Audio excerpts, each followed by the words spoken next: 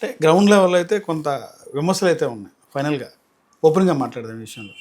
గ్రామ వార్డు సచివాలయాల్లో పైసలు లేనిది పని జరగట్లేదు అంటారు. నిజంగా గ్రామ వార్డు సచివాలయాల్లో అవినీతి రహిత సేవలు అందిస్తున్నారు. మీరు గుండె మీద చేసి చెప్పగలరా? నేను చెప్తాను సార్. ఎందుకంటే నేను వ్యవస్థలో లోపాలు ఉంటాయని చెప్పాను.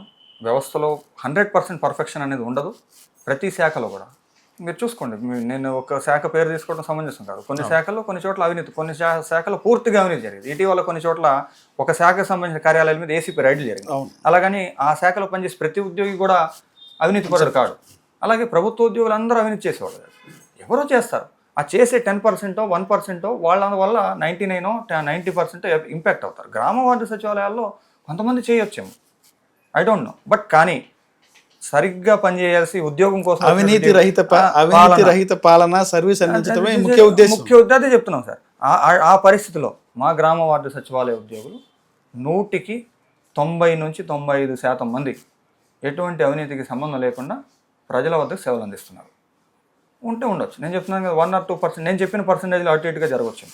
బట్ కానీ ప్రభుత్వం తరఫున కోరుకుంటున్నటువంటి సేవలు పారదర్శకంగానే ప్రజలకి అందిస్తున్నాం. ఇది సచివాలయ ఉద్యోగుల తరఫున నేను తెలియజేశాను సార్. జానీ భాష నేపథ్యం ఏంటి? కుటుంబ నేపథ్యం ఏంటి అసలు మీ ప్రస్తావన? జానీ భాష వచ్చేసి మీలాగా ఒక సామాన్య వ్యక్తిగానే ఉద్యోగంలోకి ఎంటర్ అయ్యాను.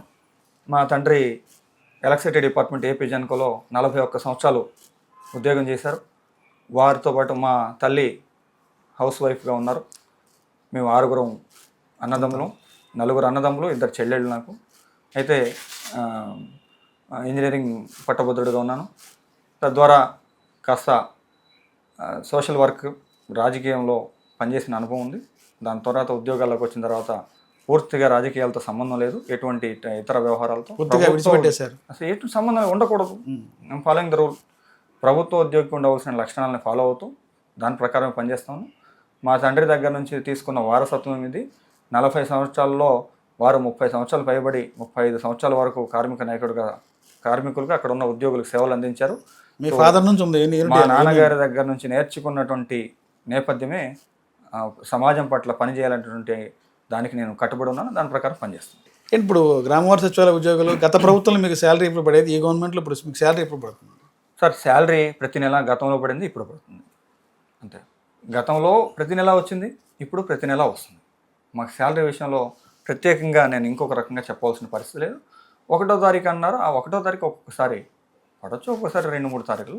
శాలరీ ప్రతి నెల వస్తుంది. 6 ఏళ్ళుగా ప్రతి నెల కూడా జీతం తీసుకుంటున్నాం. కరోనా సమయంలో కొంచెం ఇబ్బంది పడ్డాం. బట్ శాలరీ అయితే మాకు రావాల్సిన విధంగా వస్తుంది. గ్రామ వార్డు సచివాలయ ఉద్యోగులంతా ఇప్పుడు సంతోషంగా ఉన్నారా, సంతృప్తిగా ఉన్నారా, అసంతృప్తిగా ఉన్నారా? అసంతృప్తిగా ఉన్నాం. దేనివల్ల అంటే మాకు రావాల్సినటువంటి అంశాలు, మాతో చేయించవలసినటువంటి పనులు చేయించడంలో కాస్త ఇబ్బంది ఉంది. మేము చదువుకున్న దానికి తగినటువంటి విధంగా గౌరవప్రదంగా విధులు నిర్వర్తించట్లేదు. ఆ విధులు కావాలని కోరుకుంటున్నాం. అంటే అలాగని చెప్పి మమ్మల్ని తీసుకెళ్ళి ఎంఆర్ఓ సీట్లలోనూ తహసీల్దార్ సీట్లు, ఎంపీడీఓల సీట్లు, మున్సిపల్ కమిషనర్ సీట్లో కూర్చోమని చెప్పట్లా. కూర్చోబెట్టాలని కూడా కోరుకోవట్లేదు. మాకు గౌరవం అంటే ప్రభుత్వానికి దీనివల్ల మంచి జరిగింది. అంటే ఇప్పుడు పదే ఇంటికి వెళ్ళి సర్వే చేయటమే ఉద్యోగం అంటే అది సమంజసమైనటువంటి అంశం కాదు. సర్వే చేయాలంటే పట్టభద్రులు అవసరం లేదు. దానికి 10th క్లాస్ చదువుకున్న వాడికి ఇచ్చినా, ప్రైవేట్ ఏజెన్సీకి ఇచ్చినా సరే వాళ్ళు సర్వే చేసుకొస్తారు, అయిపోతుంది. ఇప్పుడు ఇంత జనాభా లెక్కలు రాయడానికి పట్టభద్రులను తీసుకొచ్చి వాళ్ళతో ఒక నిష్ఠాతులైనటువంటి విభాగం అయితే అవసరం లేదని భావిస్తాను. అంటే ఉదాహరణకి, అంటే జనాభా లెక్కలనే అంశం నేను వాడటం పదం తప్పు, కానీ అంటే ఉదాహరణకు చెప్తాను. అంటే మీరు ఒక చిన్న ఎగ్జాంపుల్ తీసుకుంటే, ఒక జూనియర్ అసిస్టెంట్ని అటెండర్ పని చేయమంటే ఎంత బాధపడతాడో, ఒక గ్రామ వార్డు సచివాలయ ఉద్యోగికి, పట్టభద్రుడైన ఉద్యోగిని వెళ్ళి బయటికి వెళ్ళి గుమస్తా ఉద్యోగం, దాన్ని ఏమంటారు, బయటికి వెళ్ళి అటెండర్ కంటే కూడా ఘోరంగా నువ్వు ఒక నార్మల్ ఇదిలాగా చేయాలని చెప్తే అది ఇబ్బంది కలిగించేటువంటి అంశం. దానికోసం మాత్రమే ఉద్యోగులు బాధపడుతూ ఉన్నారు. దీన్ని మార్పు చేయవలసినటువంటి అవసరం ఉంది. గత ప్రభుత్వంలో సచివాలయ ఉద్యోగులకి ఎన్ని యాప్లు అయితే ఉన్నాయి, ఇప్పుడు ఈ గవర్నమెంట్ వచ్చిన తర్వాత ఏమైనా యాప్లు పెరిగినాయా, తగ్గినాయా? అంటే యాప్లు అంటే సర్వీసులు ఇప్పుడు చేస్తూ ఉన్నాం కదా, సర్వేలు చేసి 24 సర్వేలు చేసి, అంటే దీనికి ప్రభుత్వం తరపు నుంచి ఉన్నటువంటి ఇదేంటంటే, ప్రభుత్వానికి అవసరమైనటువంటి డేటా, అడ్మినిస్ట్రేషన్కి కావాల్సినటువంటి సమాచారం సేకరిస్తుంది కాబట్టి దాన్ని మేము వ్యతిరేకించడానికి అవకాశం లేదు. బట్ మాకున్న ఇబ్బంది చెప్తున్నాం. ఫీల్డ్కి వెళ్తున్నప్పుడు ప్రజల నుంచి ఏదైతే వ్యతిరేకత దాన్ని ప్రభుత్వం దృష్టికి తీసుకెళ్తున్నాం. దానివల్ల మాకు కలుగుతున్న ఇబ్బందిని, అంటే రాష్ట్ర వ్యాప్తంగా ఉన్నటువంటి ఎవరైతే ప్రభుత్వ ఉద్యోగులుగా ఉన్నారో ఈ ఉద్యోగులు, మీ సచివాలయ ఉద్యోగులు ఎందుకని ఒక గవర్నమెంట్ ఉద్యోగులుగా చూడలేదంటారు? అంటే కొన్ని చోట్ల కూడా కొంత వివక్షనే చూస్తుంది. అదే సార్, దానికి ఉదాహరణగా జనరల్గా 6 క్వాలిఫైడ్గా వచ్చారు, అదే చెప్తా ఉన్నాను సార్. 1 year యాన్యువల్ ఇంక్రిమెంట్ వస్తుంది.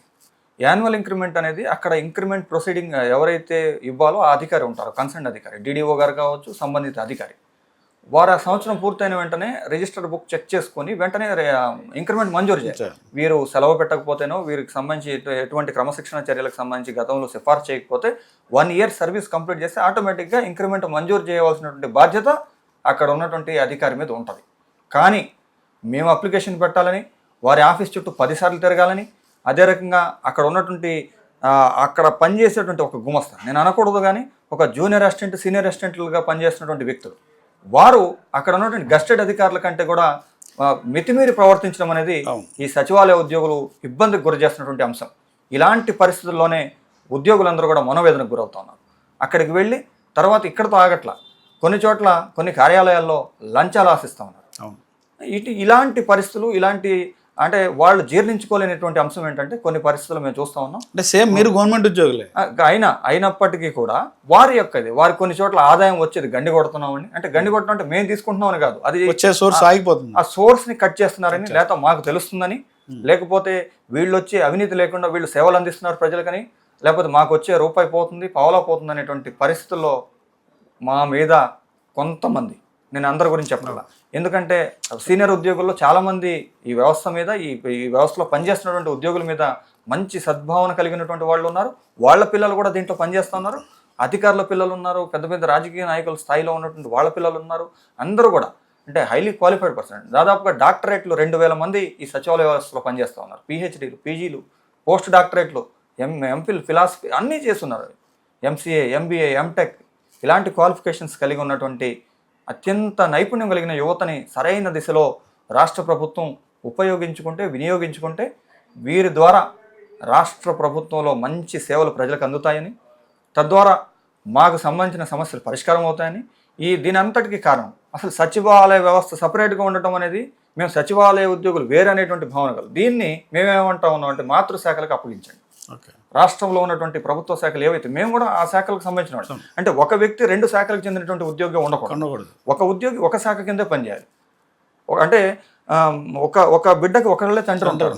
ఇక్కడ పరిస్థితి ఏంటంటే, నేను ఆ మాట మాట్లాడటం సమంజసం కాదో నాకు తెలియదు, కానీ ఇక్కడ పరిస్థితి వేరే రకంగా పోతా ఉంది. అంటే ఒక అజమాయిషీ చేయవలసినటువంటి ఒక అధికారి ఉండవలసినటువంటి స్థానంలో 2, 3, 4 మా మీద అజమాయిషీ చేస్తూ ఇబ్బందికి గురి చేసే పరిస్థితులు ఉన్నాయి. మీకు కావాల్సిన టార్గెట్ మీరు అడుగుతున్నారు, ఇంకొకరికి కావాల్సిన టార్గెట్ వాళ్ళు అడుగుతున్నారు.